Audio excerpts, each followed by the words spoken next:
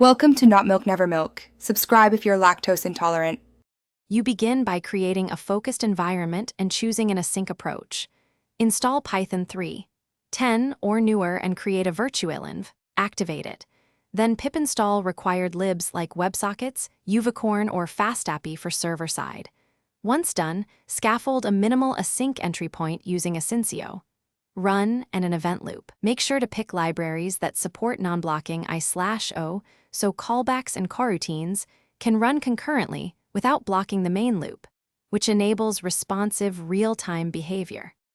You now implement the core real-time flow. Producers push events into Asyncio. Queue and consumers process them in separate coroutines. Wire a WebSocket server endpoint that accepts connections and dispatches received messages into the queue, then broadcast processed results back to clients. Once done, add backpressure handling and timeouts to avoid resource exhaustion.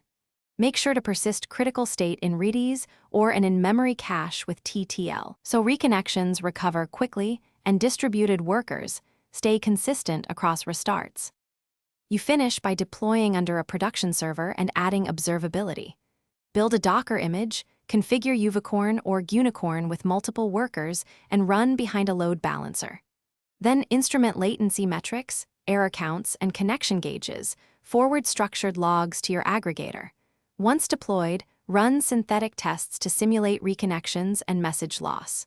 If things go wrong, first check your event loop is not blocked by CPU-bound tasks. Offload heavy compute to separate processes or use Asyncio. To thread. Thanks for watching. If this was helpful, leave a like and consider subscribing. See you next time.